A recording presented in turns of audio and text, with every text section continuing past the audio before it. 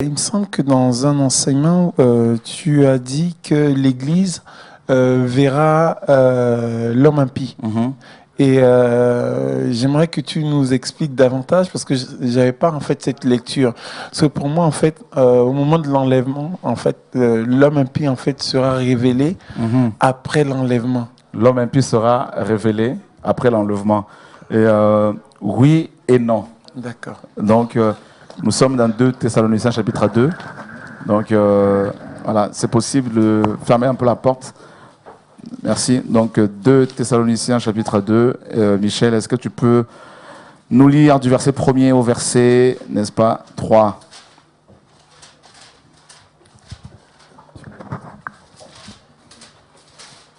Alors, 2 Thessaloniciens 2, du verset 1er au verset 3.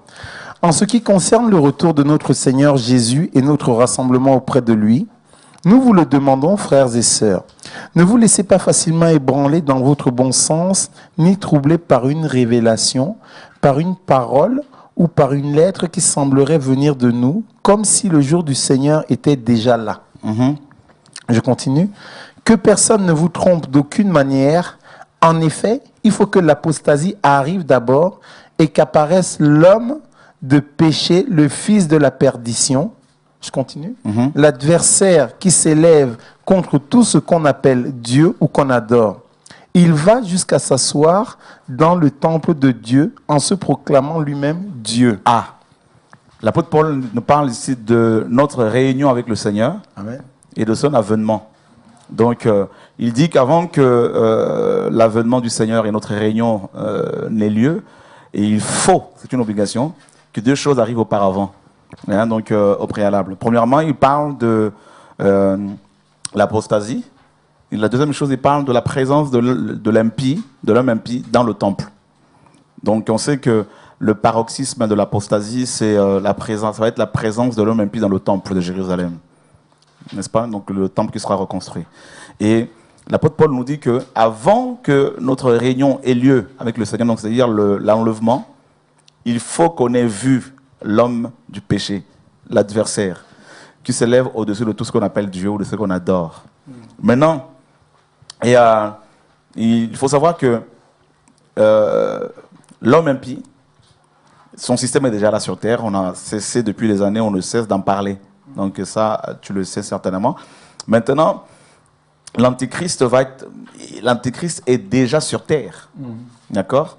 Donc, il va régner pendant 7 ans. Parce que selon Daniel chapitre 9, verset 27, nous apprenons que les Hébreux, les Juifs ultra-orthodoxes, vont faire un pacte, vont signer un pacte avec l'homme impie pour 7 ans. N'est-ce pas? Donc un pacte de protection, soi-disant. Et puis, au bout de 3 ans et demi, ils vont se rendre compte que c'était une tromperie et qui s'était fait avoir. Et là, ils vont, n'est-ce pas, et l'homme impie va rompre carrément, va interdire le sacerdoce lévitique dans le temple. Donc l'offrande, tout ça notamment. Et ensuite, il va carrément demander à ce qu'il soit adoré à la place du Créateur dans le temple. Et c'est là que débutera la guerre d'Armageddon, donc la grande tribulation notamment. Et donc, les 3 ans et demi premières de la période de 7 ans seront une période de fausse paix. D'accord? Il est dit dans 1 Thessaloniciens 5 que lorsque les hommes diront paix et sûreté, c'est alors qu'une ruine soudaine s'abattra sur eux. Et ils n'y échapperont point. Donc les 3 ans et demi premières de la période de 7 ans seront une période de paix, de fausse paix, avec les Hébreux, entre les Hébreux et les Arabes et le monde entier. N'est-ce pas? Donc, ça veut dire que pendant les 3 ans et demi premières, l'homme impie ne sera pas révélé sous son aspect démoniaque. N'est-ce pas? Et c'est pour cela que là, on ne va pas le voir tel qu'il est, réellement. Parce qu'il va paraître comme un pacificateur, comme un homme pacifique, comme un homme bon qui vienne apporter la solution aux problèmes politico-religieux et économiques, tout ça là, de la terre. N'est-ce pas? Donc là, les gens ne vont pas le voir en cet individu un usurpateur, un homme méchant, l'impie dont les Écritures parlent. Donc maintenant, et présentement, Qui dit qu'il n'est pas déjà là? D'accord? Au jour d'aujourd'hui, il peut représenter n'importe quel président des pays occidentaux. Mais de là maintenant à dire, voilà, c'est tel président, là, il ne faut pas commettre cette erreur-là. N'est-ce pas? Mais il peut être n'importe quel président qui est là et qui exerce. Okay. Alors, je me permets de te rentrer dedans. Bien sûr, comme d'habitude, j'aime ça. Vous savez, tu sais hein, Michel. Non, bien sûr. Moi, j'aime la parole. Souvent, je suis combattu. Je suis très combattu parce que justement, quand je veux appliquer la parole, les gens vont me trouver méchant. Hein? C'est pour cela que je dis aux frères et sœurs, posez des questions. Amen, amen. Oh, le frère Chora est méchant, tout ça. Mais posez des questions. Allons voir si ce que nous disons, ce n'est pas de la Bible ou ce que nous faisons. Voilà. Alors, deux questions à cela. Parce que quand on prend le verset 7, dit « En effet, le mystère de l'impiété agit déjà. Il faut seulement que celui qui le retient encore ait disparu. » Bien sûr. Alors apparaîtra l'impie que le Seigneur Jésus détruira par le souffle de sa bouche. Bien sûr.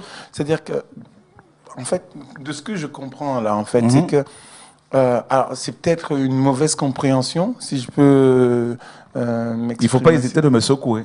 Voilà.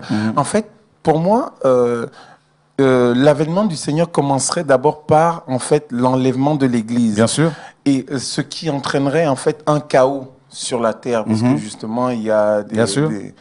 Et c'est là où, justement, les hommes vont rechercher, en fait, des solutions en dehors du Seigneur. Et c'est ça qui fera paraître, en fait, c'est ça qui amènera l'homme impie dans son règne, quoi, en fait. Ok, je comprends ce que tu veux dire. En fait, il faut faire la part des choses. Et d'abord, il y a, vous savez que la plupart des prophéties bibliques sont relatives à Israël, concernent Israël. Donc, l'homme impie, le travail qu'il va faire, premièrement, il va le faire avec les Hébreux.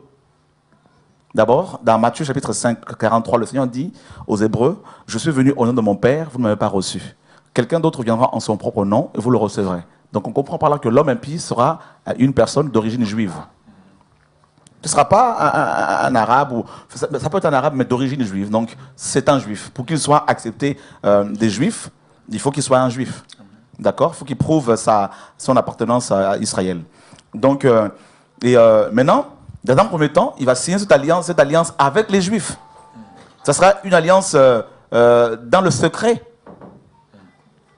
Là, il n'y a pas encore le chaos, parce que présentement en Israël, il y a le chaos. Sur le plan, n'est-ce pas, il n'y a pas la paix entre les Juifs et les Arabes, les nations arabes. N'est-ce pas? Donc, la plupart des nations arabes. Donc, il n'y a pas la paix. Donc, on parle de cette tension qu'il y a entre l'Iran et Israël, le Hezbollah et Israël, et la Syrie, tout ça. Donc, surtout la Syrie et l'Iran notamment. Donc, on voit que cette région est vraiment sur une poudrière. Donc, c'est là que l'homme impie va intervenir, parce qu'il va proposer maintenant un pacte de paix, n'est-ce pas? Dont Ésaïe 11 parle, hein, Ésaïe 28, 11, qui nous dit que ça va être une alliance de mort. Hein, donc, voilà, et un pacte de mort, que le Seigneur l'appelle comme ça. Donc, l'homme impie viendra d'abord pour proposer une fausse paix entre les Juifs et les Arabes. C'est ça, en fait, dans un premier temps.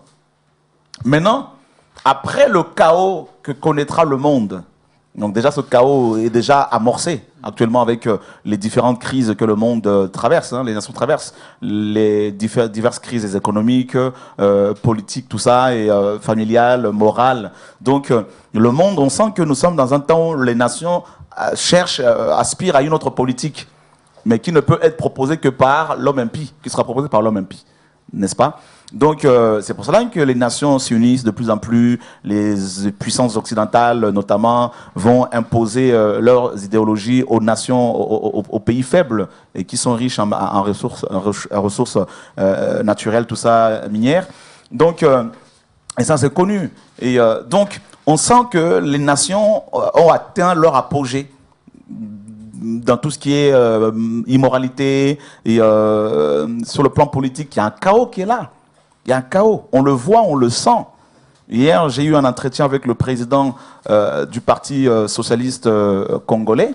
Et Et voilà, donc c'est le chaos, on sent, on discutait, il me disait c'est le chaos. Donc on sent que présentement les nations désirent une autre politique, n'est-ce pas? Donc voilà, maintenant ce chaos sera amplifié lors de l'enlèvement de l'Église. Mais sinon, le pacte que signera l'homme impie avec les Hébreux ne concerne pas forcément le chaos économique que le monde connaît actuellement, concerne d'abord ce pacte sera signé pour régler les conflits qu'il y a entre les Hébreux et les nations qui les entourent, parce qu'Israël veut avoir la paix, n'est-ce pas? Je prends un exemple, dans Psaume 83 par exemple. Psaume 83, regarde ce que la parole nous dit au verset 5, à partir du verset 3. Car voici tes ennemis s'agitent, ceux qui te haïssent lèvent la tête, ils forment contre ton peuple des projets pleins de ruses, et ils délibèrent contre ceux que tu protèges. Venez, disent-ils, exterminons-les du milieu des nations, et qu'on ne se souvienne plus du nom d'Israël. Tu vois, non? Donc voilà, donc le problème des Hébreux, c'est ça. Cette parole a été donnée par Asaph, n'est-ce pas? C'est-à-dire 1000 ans au moins avant Yehoshua, avant Jésus-Christ. Donc par le prophète Asaph, qui était prophète et sacrificateur, et il va recevoir une vision, donc qui va, n'est-ce pas, un message prophétique, hein, qui va transmettre sous forme d'un cantique, d'un chant inspiré. Cette vision concernait justement les projets des nations qui entourent Israël, n'est-ce pas? Et qu'est-ce que ces nations disent-elles? Et on nous dit qu'il y a une alliance. Donc il faut une alliance contre toi, les tentes d'Édom et les Ismaélites, Moab et les Agaréniens, Gebal, Ammon, Amalek, les Philistins avec les habitants de Tyr. La Syrie aussi se joint à eux. Elle prête son bras aux enfants de Lot. Voilà. Donc on voit qu'il y a une alliance de plusieurs nations dont l'objectif est de rayer Israël de la carte des nations.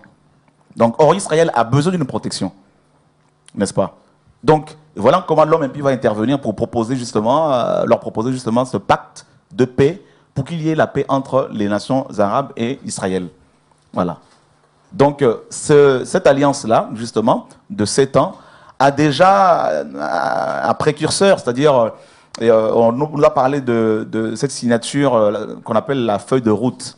Hein, au camp David, aux États-Unis, entre Bill Clinton et à l'époque Yitzhak Rabin, tout ça, et Isaac Rabin, et puis Arafat. Donc, et ça n'a pas abouti. Mais c'est un prélude. On a compris, ceux qui étudient la prophétie biblique ont compris que la feuille de route n'est rien d'autre que voilà, le début de cette alliance-là.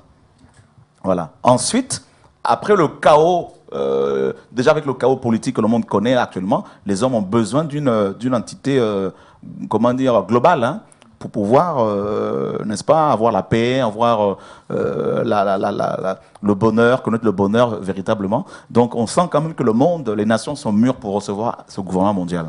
Voilà. Donc, je ne sais pas si ça c'est clair. Plutôt oui. Donc, est-ce qu'on serait alors déjà rentré dans la semaine, là, finalement? Non, pas du tout. D'accord. On n'est pas encore rentré dans la semaine, dans la semaine dont il est question dans Daniel 7, 9, 27, c'est-à-dire la période de 7 ans. Voilà. Donc, on sait que l'Église partirait juste au début, parce que les noces vont durer 7 ans. Ça, il n'y a pas de problème. Mais toutefois, Paul nous parle de l'homme impie qu'on verra. Donc, c'est-à-dire ceux qui ont le discernement vont voir que tel président, n'est-ce pas, remplit les caractéristiques de l'impie. Voilà. Maintenant, après l'enlèvement, le monde connaîtra une fausse paix pendant 3 ans et demi. Et à la fin de cette période de 3 ans et demi, l'homme impie maintenant va carrément s'imposer dans le temple à Jérusalem comme étant le Dieu d'Abraham, d'Israël, demandant ce qu'on lui offre des offrandes, qu'on l'adore carrément. Et c'est là que débutera justement la grande tribulation, parce que les Hébreux donc, vont refuser.